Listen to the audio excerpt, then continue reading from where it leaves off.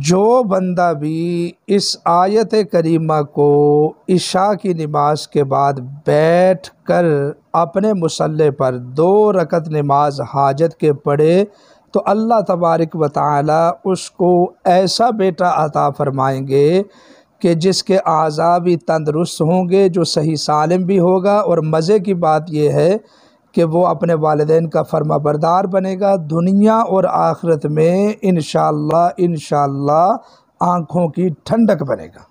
السلام علیکم ورحمۃ اللہ وبرکاتہ۔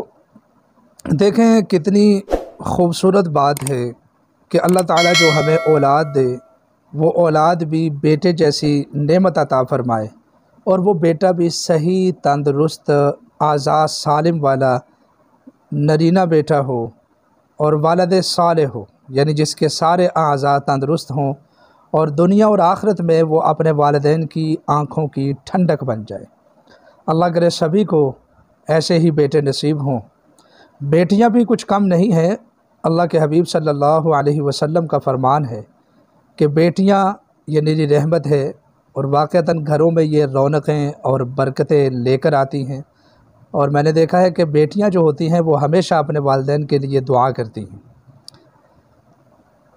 لیکن یہ دعا کیا کریں کہ اللہ تبارک و تعالی جو اولاد عطا فرمائے، اے اللہ وہ تندرست ہو، اعضاء صحیح ہوں، تندرست ہو، جگر سلامت ہو، صحیح سالم تندرست ہو، دل و دماغ اعضاء مکمل طور پر ولد صالح ہو۔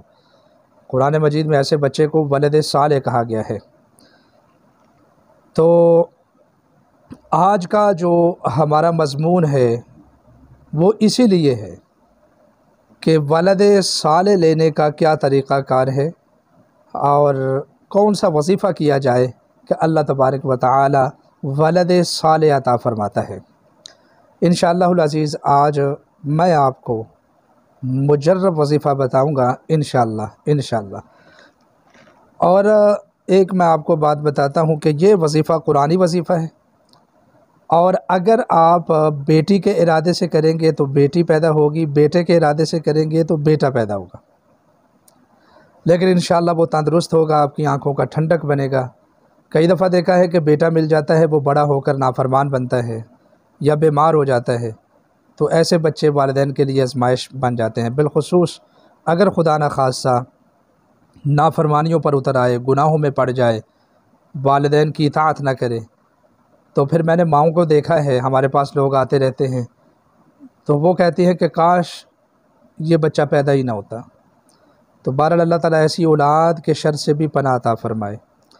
انما اموالکم و اولادکم فتنہ، یعنی ہمیشہ ہمیں یہ خواہش نہیں ہونی چاہیے کہ بیٹا ہو بیٹا ہو بیٹا ہو بیٹا ہو، بلکہ یہ خواہش ہونی چاہیے کہ اللہ جو بھی تو بیٹا دے، دنیا اور آخرت میں ہماری آنکھوں کا ٹھنڈک بنا اس کو، اور تو آخرت میں ہمارے لیے ذریعہ نجات اس کو بنانا۔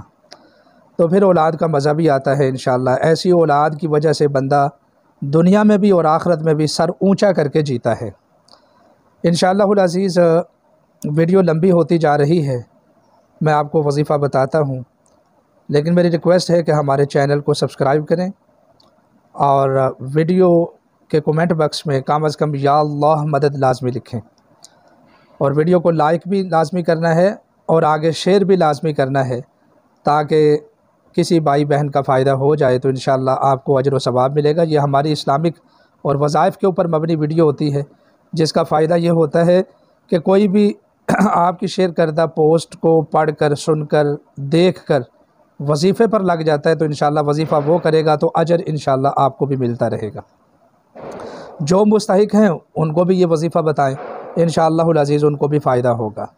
اور ایک اعلان بھی سن لیں، میرا کوئی سوشل میڈیا کے اوپر ایسا جانشین، شاگرد اور خلیفہ نہیں ہے کہ جس کو ہمارے ادارے کی جانب سے ڈیل کرنے کی اجازت ہو۔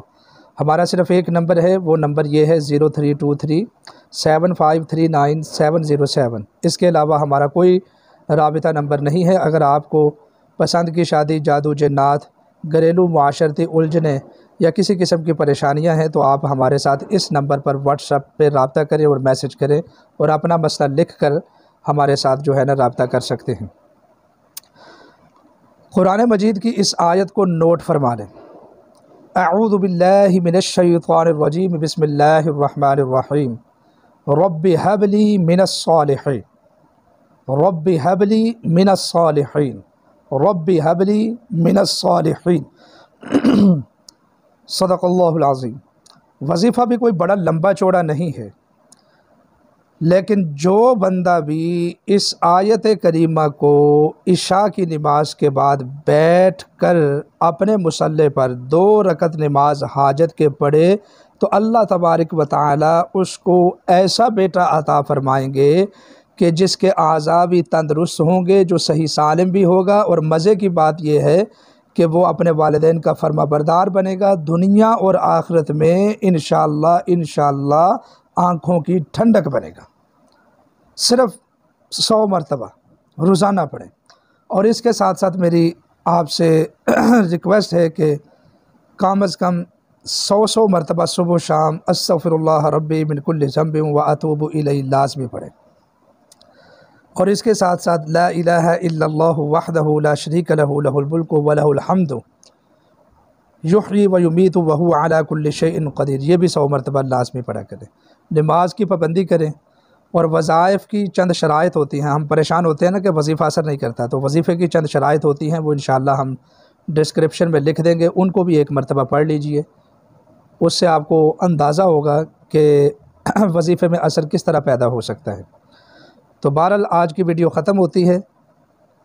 مجھے میری ٹیم کو اپنے دعاؤں میں خصوصی طور پر یاد رکھیں، میرے اساتذہ کو یاد رکھیں، میرے والد صاحب کو اپنے دعاؤں میں یاد رکھا کریں، اللہ کو پیارے ہو گئے۔ میری والدہ کو دعا میں یاد رکھیں، میرے گھر والوں کو دعا میں یاد رکھیں۔ اللہ تعالیٰ میرا بھی اور آپ کا بھی حامی و ناصر ہو۔ بہت شکریہ، جزاکم اللہ خیر۔